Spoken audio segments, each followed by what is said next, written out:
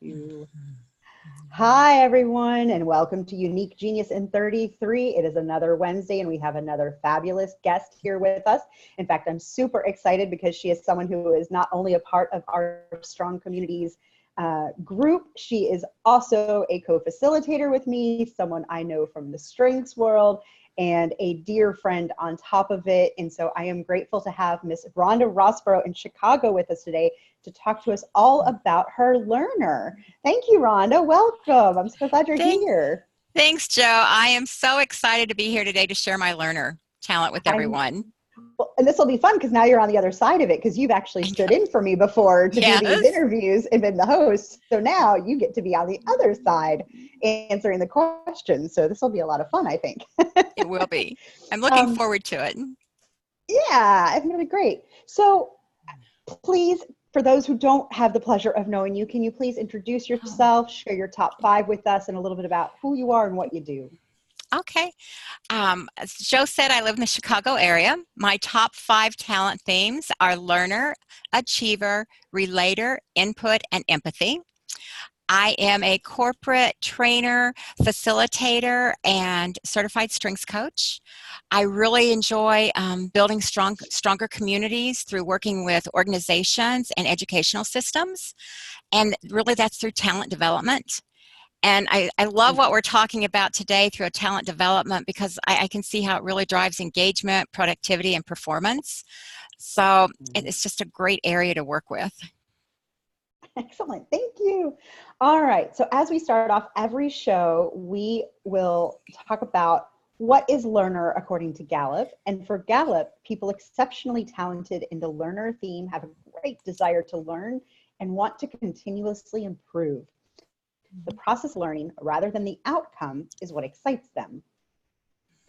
Now we have our own way of looking at this too. We love to look at, celebrate, and evaluate. We love to see what is amazing about you and your learner, and then also how we can maybe keep our learner in check or question if we might not be in the best place with it. So to celebrate, Rhonda, you are curious about many things.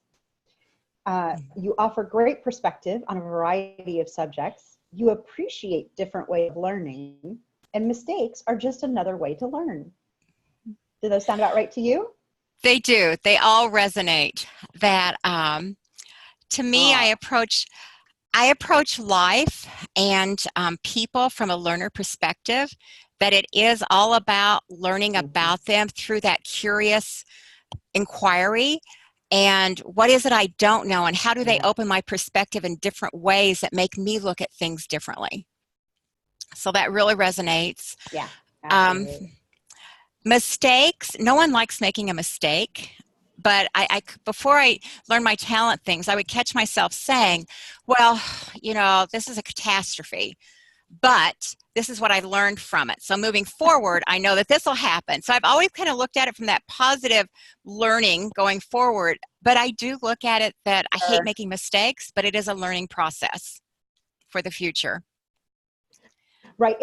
And you know, I think in my experience with a lot of learners, making mistakes is a bit of a fear that a lot of learners have. We may explore that in a little bit, because I find that they tend to have a bit of a perfectionist tendency into them, more so than other talents I work with. There is. With the learner, you talked about continuous improvement. I think there's a little bit of perfectionism that comes in with that. And from a learner perspective, as I was talking with my husband earlier today about learner, it is so fun and exciting as a learner that there really is also an emotional impact of that joy and energy that comes from it. So there's also that side, and then there's that side of making a mistake and trying to really be at your highest level of quality. Okay. Yeah, definitely.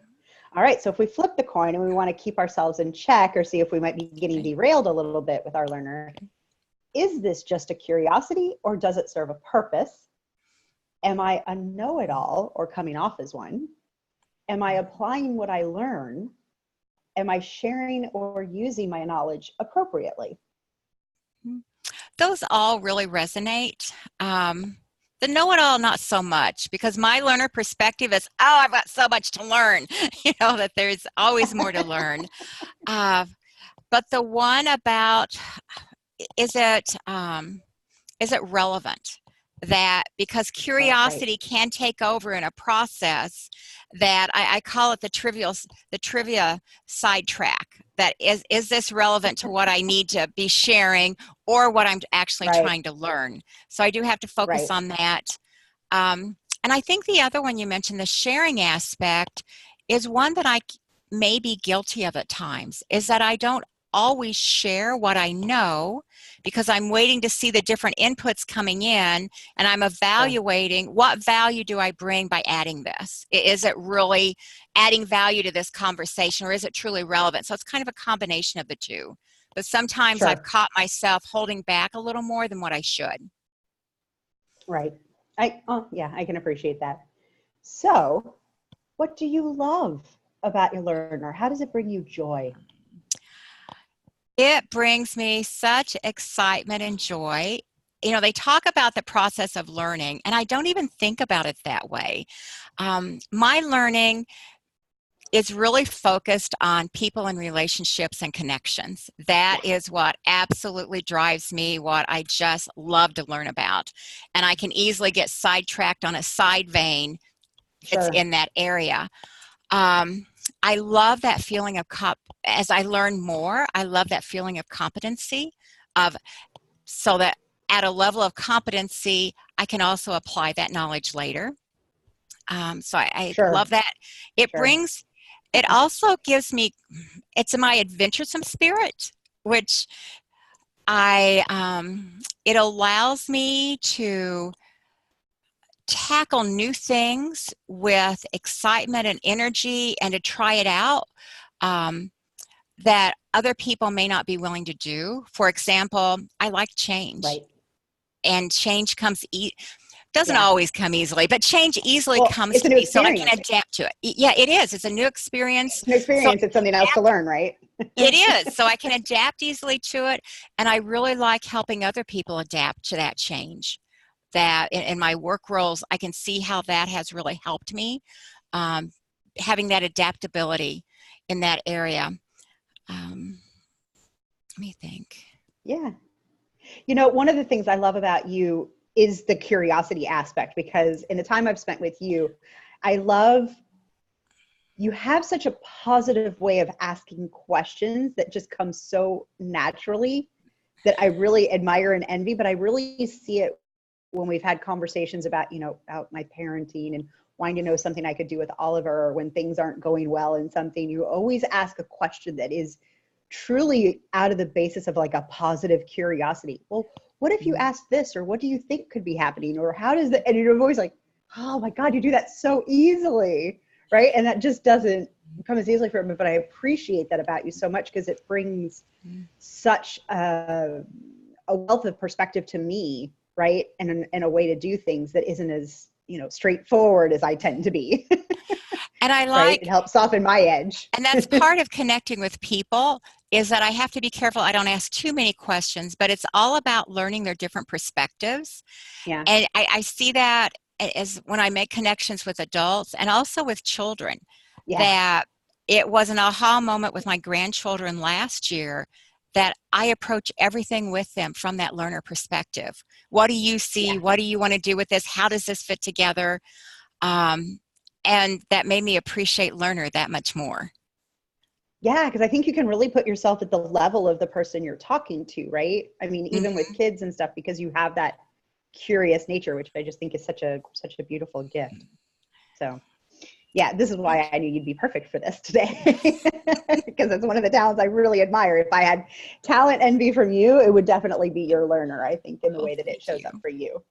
So if we flip that coin a little bit, where can learner trip you up or get in the way? Or do you see that big sigh there? Yeah. Learner can. So it happens. It does happen from time to time. It does.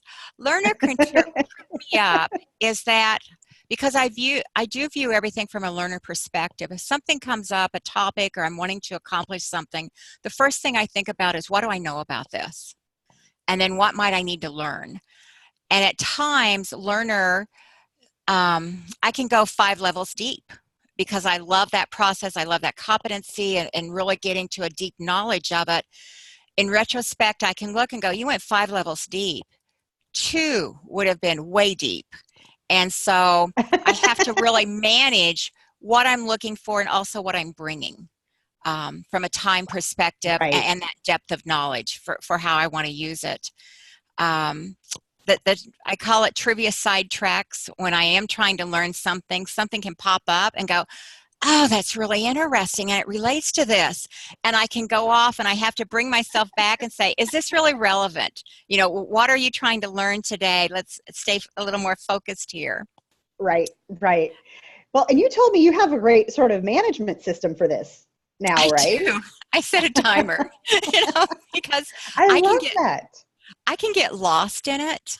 But my learner also needs time to really go deep enough and explore Right. in that learning process. So I set a 2-hour time limit. That if my schedule for the day, if I really want some time to learn, I set a 2-hour time limit. I just set it on my phone. And when that goes off, and then I check intermittently, where am I at? You know, have I How much more can I learn? How much more can I learn? You know, how much more do I want to learn within that time frame? And that's a good management tool for me that helps me stay focused and keeps that information relevant. I think that shows how much, you know, we talk about one of the ways to recognize our talents is when we're, you know, in flow, when time just sort of passes without really knowing it. And I love that, you know, while that's great to get lost in something that we love doing, sometimes we can only get lost for a certain amount of time. Mm-hmm. Right. So I love that you found that management tool that I think would be helpful for anyone, not just learners, right? But that find themselves getting lost in their flow. So I love that. And I've noticed that I give myself permission to do my trivia sidetracks because those are just important to me, but in a different way. So those are typically in the evening on my phone or on my computer when it's more lackadaisical. I'll take my time. Oh, this interests me. Let's follow this path for a few minutes and see where it takes me. All right, great. So how have you seen this showing up sort of throughout your life before you even know learner was a talent? I love school. I have always loved school. It's always. I couldn't wait for school to start from the time I was small.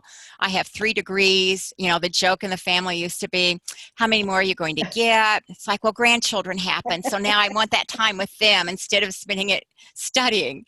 It shows in that aspect. Also, I've always been a huge reader. In school, I can remember here in the States, we have the Scholastic magazines where you order books through school. My parents would set a limit that I could order 7 at a time. And so I'd read those, and the next order I'd be ready to order more. And at our public library, you were allowed to check out 13 books. That was all they'd let you take at one time. So I'd check them out. You say that was all they would let you take. All they'd let you take. You know, I'd have to sort and choose which were my 13. And then I'd bring them back. I thought I was being a hog when I would take out 4. I'd take them all. And it was interesting, even then, when I said I focus on people and connections, even then, it was all fiction, but it was about learning about people and relationships. I would never pick a first-person book because it never gave me the different perspectives of what was going on in the story. And I always wanted to see that interaction and what they were thinking. And that's how I still think today, that I'm interested in those perspectives. Interesting.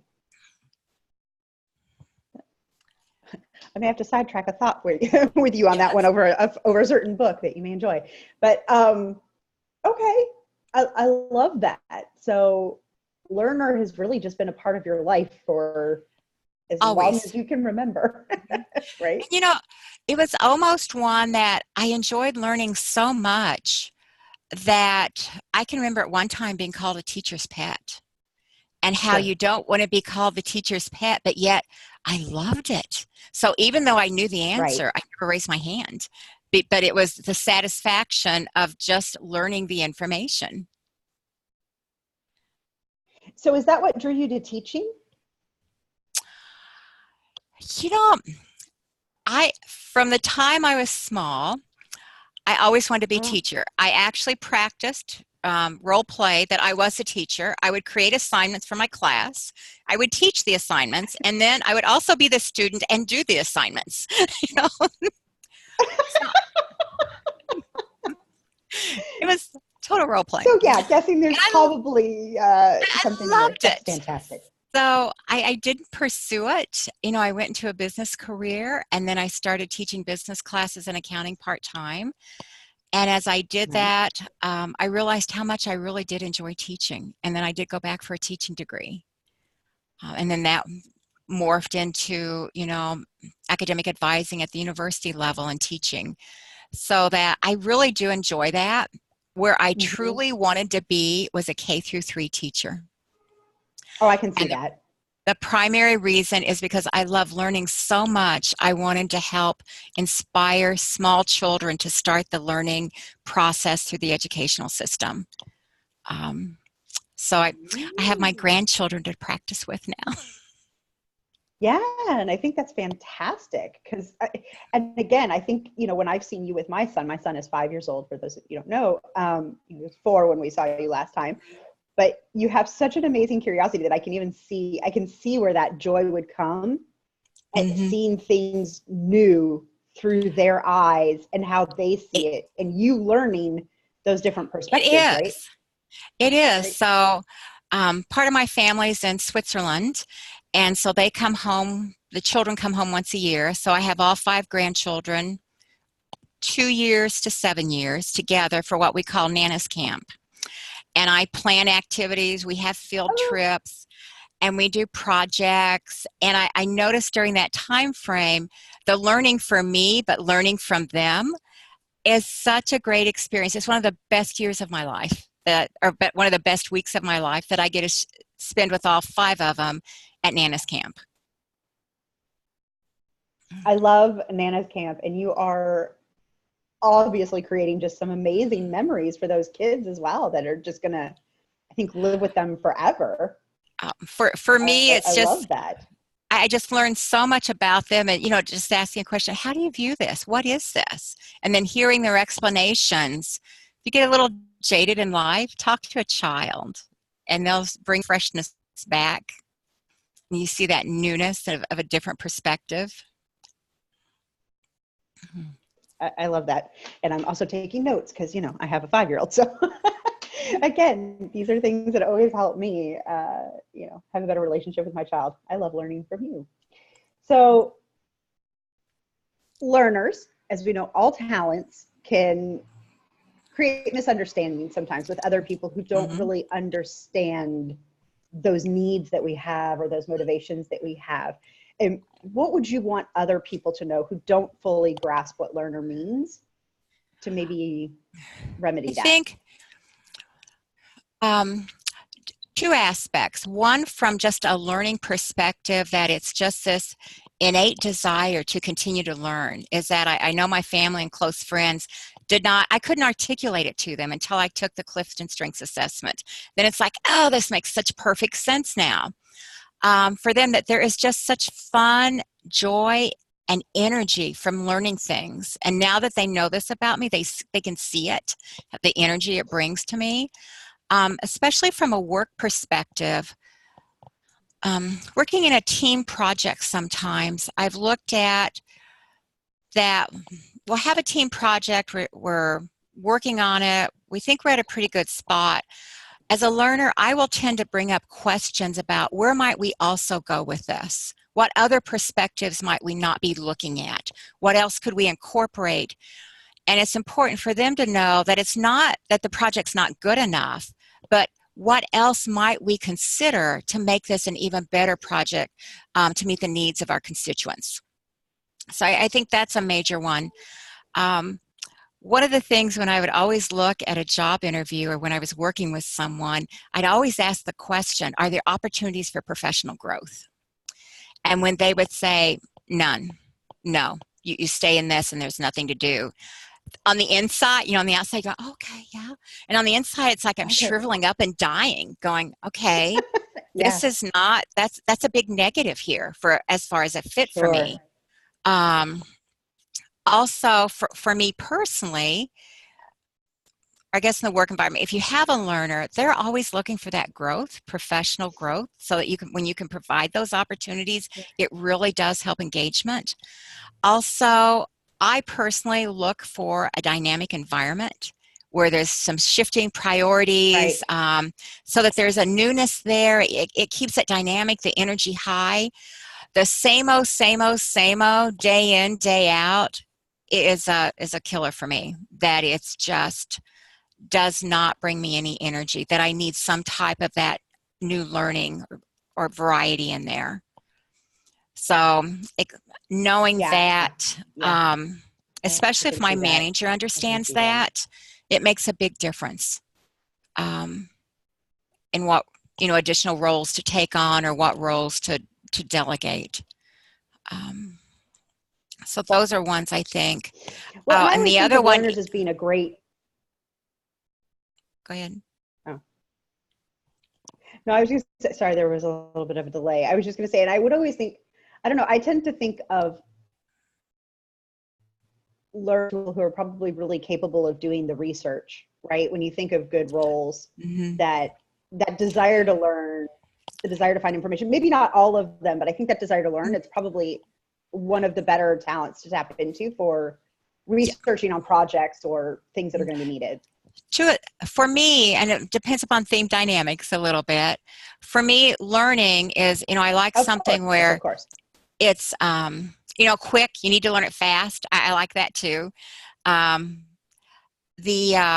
I like to learn on my own where I can just solely focus on it, but then I also like to learn or share with a group so you see those different perspectives. Without the people orientation for me or interacting with others, that is not enough just on its own. I also need that interaction with people. Right.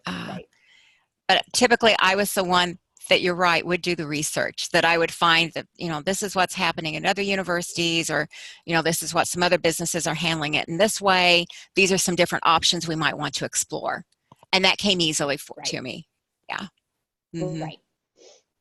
So that's a very good point. So what was the second piece that?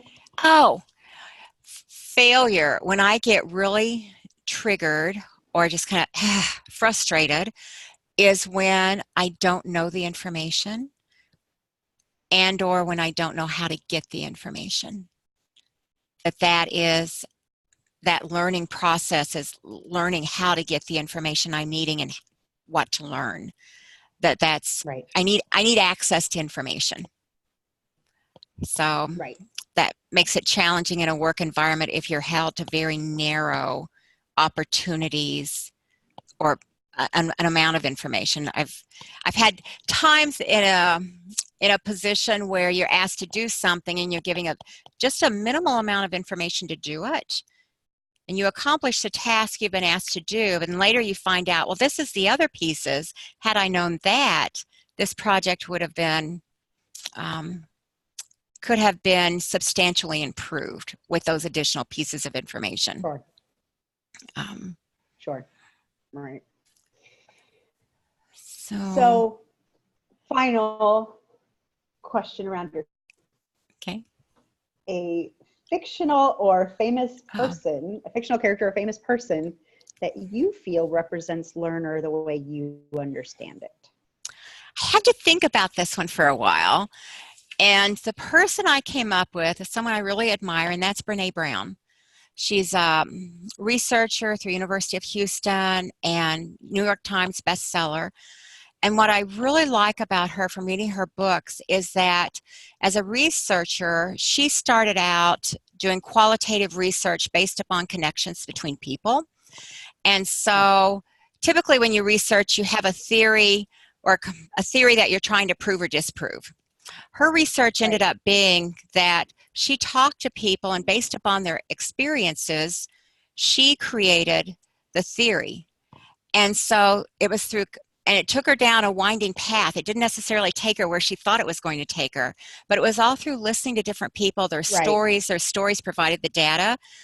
And I think about, when you think about all the people she had to interview, all of that data and stories would be a path like this of learning, right? And so I just Right. think that it's been such Right. a learning path of, and each new person is a new journey. And then trying to think about how that interacts with everything else. What are you learning from that? Sure. So I think to me, she encompasses learner.